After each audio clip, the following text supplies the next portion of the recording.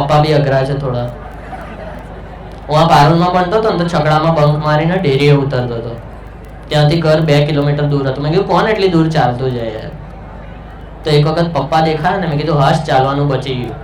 તો મેં બૂમ પાડી પપ્પા મને જોયું હસ્યા ને જતા રહ્યા.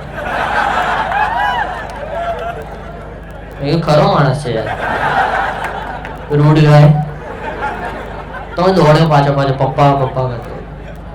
આગળ જઈને એક જગ્યાએ ઉભા રહ્યા તો મેં આમ ખભે હાથ મૂક્યો કે પપ્પા. તો કે ઓ કેવું?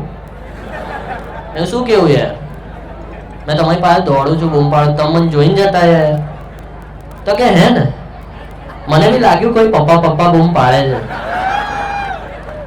મેં તમારા દર ગલીએ ગલીએ છોકરા છે.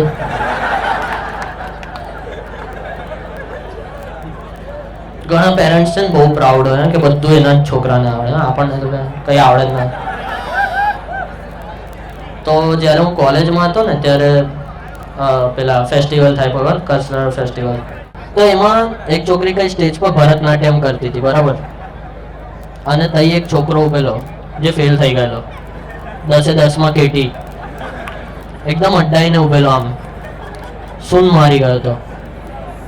હવે તઈ પેલી છોકરીના જે પપ્પા છે ને જે ડાન્સ કરી એ તઈ બધાને પકડી પકડીને સંભળાવે કે ભાઈબંધ સારું કરે છે ને, મારી દીકરી છે મારી દીકરી છે મારી.